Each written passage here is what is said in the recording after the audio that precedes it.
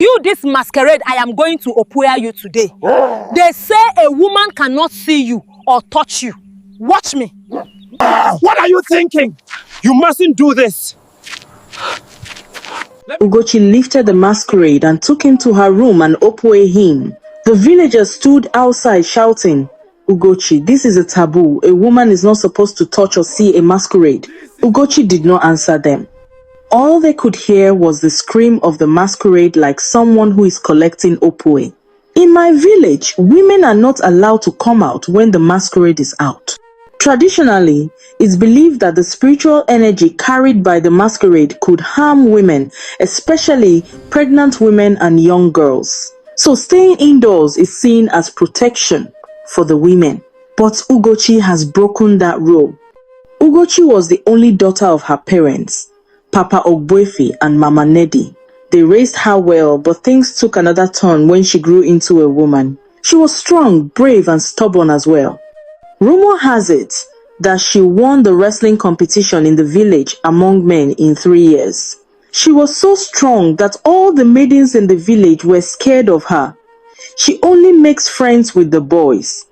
Anywhere the boys gathered, Ugochi was there arguing at the top of her voice. She behaves like a man, not as a woman. That evening, Ugochi sat with the men under a big Iroko tree at the village square as they talked. One of the boys brought out the masquerade rule. He said, "My father told me that women are not supposed to come out whenever the masquerade is out. That is a taboo for them to see a masquerade." One of the boys added, "I also heard that any woman who comes out will be flogged by the masquerade." Ugochi stood up on hearing that, hands on her waist. What do these elders take us for? Do they think women are weak? I, Ugochi, would not obey that rule. Anytime the masquerade comes out, I will not just come out. I will beat him like I beat the other boys in this village. If he dares to flog me, the boys look at her in disbelief. Obinna, the eldest among them, looks at her and says, "Ugochi, I know you are a strong woman. This is the matter of the gods. Don't try anything that you will regret in the future." But Ugochi brushes it off. "I am not scared of anything, not even the village rules. Wait and see. During the festival, if the masquerade comes out, I will beat him blue-black." The days passed, and the news of the upcoming festival spread across the village like Harmattan fire. Drums were repaired. Masks were brought out from their hiding places, and the elders met secretly at night to perform rituals. Women were warned again and again to stay indoors on the day the masquerade would appear. Mama Nedi warned her daughter that night, "My daughter, please listen to your mother. Strength is not everything. Some things are older than us." Papa Ogbuefi sat quietly, his eyes fixed on the floor. Ugochi laughed and said, "Mama, fear has made you people prisoners in your own homes. I was not born to hide when others are outside." The night before the festival, strange things happened. Dogs howled without reason. The moon hid behind thick clouds. Some villagers claimed they heard footsteps around the shrine when no one was there. The next morning, the village woke up early. Women hurried indoors, locking their doors. Children were dragged inside before the sun fully rose. Only men gathered at the village square. Drums began to beat slowly. Boom, boom, boom. The sound echoed through the trees. Then the masquerade emerged, tall, covered in raffia, his mask painted with fierce eyes and red lines. The men bowed, some lie flat on the ground.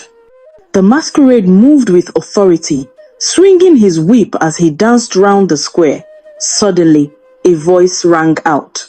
Ugochi stepped into the open. The drums stopped. Men gasped. Someone shouted, "Take her inside." Another shouted, "The gods will be angry." Ugochi folded her arms and stood her ground. "So this is what everyone fears?" she said loudly. The masquerade turned slowly. He walked towards her. Each step is heavy. The crowd moved back. The masquerade raised his whip. Before anyone could stop her, Ugochi grabbed it. Gasps filled the air. No woman had ever touched a masquerade. The masquerade struggled. Ugochi pushed him. The raffia tore. The crowd scattered in fear. With a final force, Ugochi lifted the masquerade and dragged him away as people screamed and ran. That was how she took him into her room.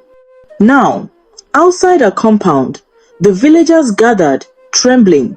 Elders arrived, shaking their heads. "This has never happened," one said. Another whispered, "The land will react."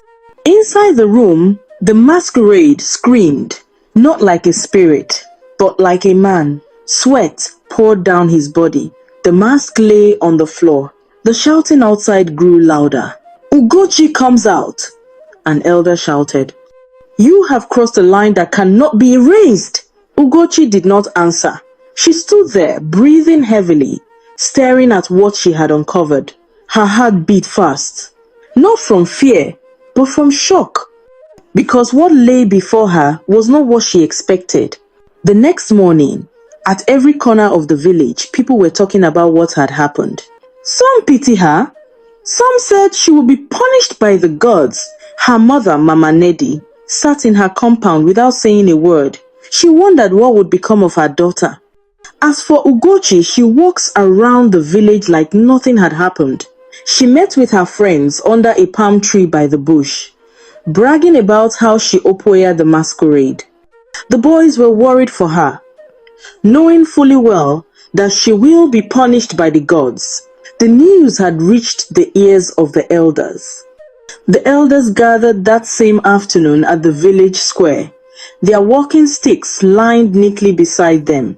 No one laughed. No one joked. The air was heavy. One of the elders cleared his throat and said, "What happened yesterday is not an ordinary matter."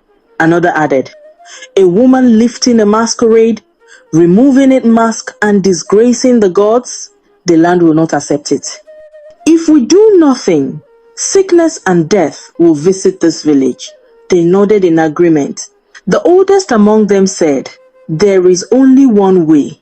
Ugochi must be given to the gods as a sacrifice." Silence followed. Far away, Ugochi laughed loudly under the palm tree. She slapped one of the boys on the shoulder and said, "Did you see the way he screamed? That masquerade was nothing." Obinna shook his head slowly. "Ugochi, this is no longer funny. The gods do not fight with fists." She laughed again. "You people fear too much. If the gods are angry, let them come and fight me themselves." That same evening, strange signs began to appear. A pot broke by itself in Nedi's kitchen. They saw a white goat walking around the village. The village stream turned muddy. Women whispered in fear.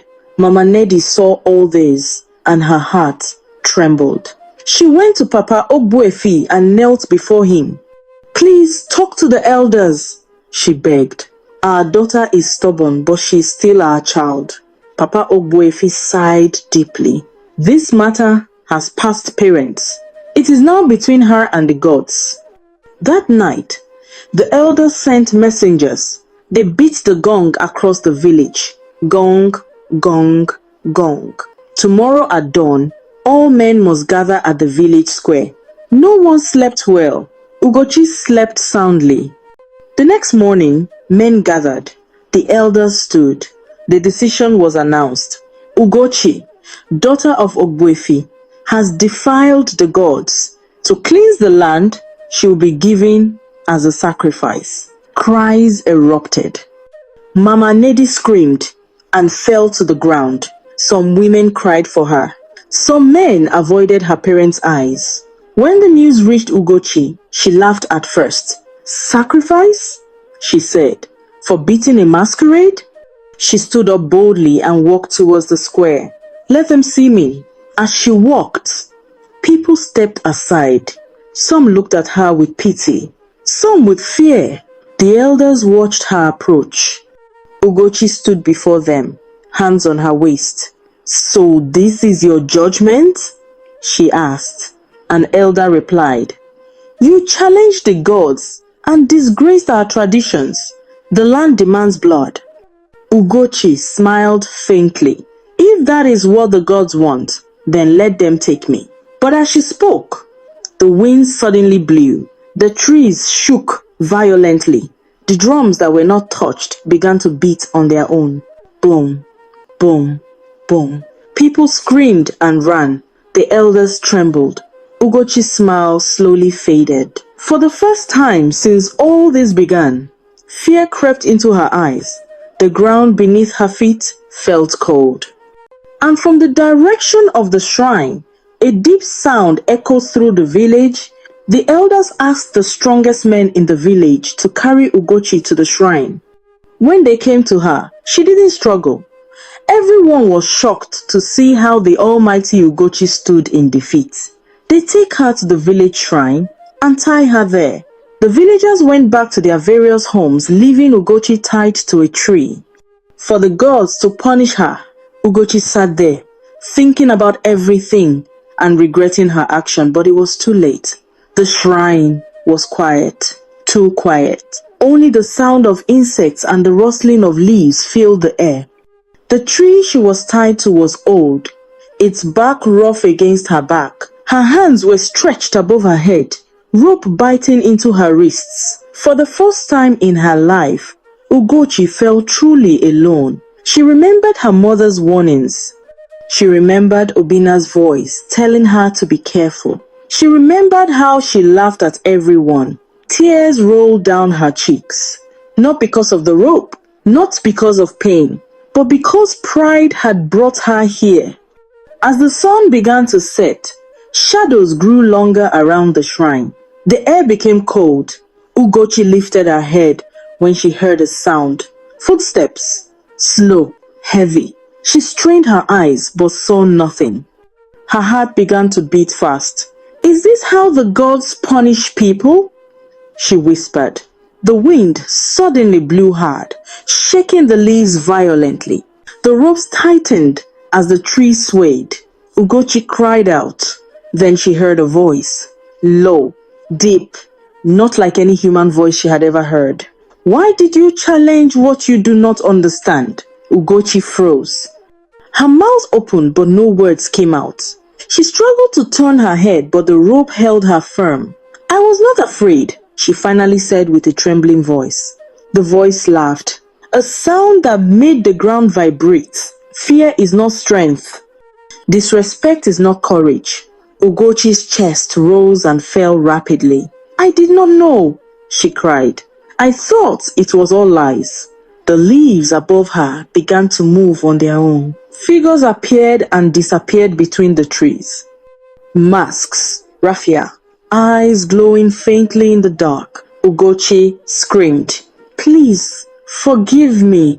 The ground beneath her felt damp and cold. Suddenly, a familiar figure stepped forward. It was the Masquerade, the same one she had dragged and disgraced. But this time, he looked different, taller, stronger, surrounded by an unseen force. Ugochi stared at him, her eyes wide. You, she whispered. The Masquerade stopped in front of her. Slowly, he raised his hand. Ugochi closed her eyes, waiting for pain. But instead, she felt something else, a strange heaviness in her chest. Memories rushed through her mind, her childhood, her parents' sacrifices, the love she ignored, her strength, now useless. The Masquerade spoke again. Your strength was given to protect, not to mock. The gods have watched you. The wind calmed. The night grew darker. From the village far away, dogs began to howl again. Ugochi opened her eyes slowly. Tears soaked her face. What will become of me? She asked. The Masquerade did not answer. He turned and walked back into the shadows. The ropes around her wrists suddenly loosened slightly. Not enough for her to escape, but enough to let her breathe. The shrine fell silent again, and somewhere in the darkness, a drum began to beat softly. The next morning, when Ugochi woke up, The rope was loosened. She stood up, looking around. There was no one there. Everything was strange to her if she had never visited this village before. Ugochi's madness began that day. She ran around the village saying, "Village masquerade, come and oppure me." The villagers watch. Some pity her. Others say she deserves it. Her mother cried all day, wishing gods would forgive her daughter. Ugochi remains mad till today. Sometimes she is seen at the village square shouting at invisible figures. Other times she runs into the bush, laughing and crying at the same time. When the masquerade festival comes, women lock their doors tightly. But Ugochi runs out freely, tearing her clothes, daring the masquerade to appear. Village children hide behind their mothers when they see her. Old men shake their heads and say, "Pride destroyed her." Mama Lady grows older every day, her tears never drying. Papa Ogbuefi walks bent with shame and sorrow, and the shrine remains silent. The gods never spoke again. Moral lesson: strength without wisdom leads to destruction. Tradition ignored with pride can turn courage into regret.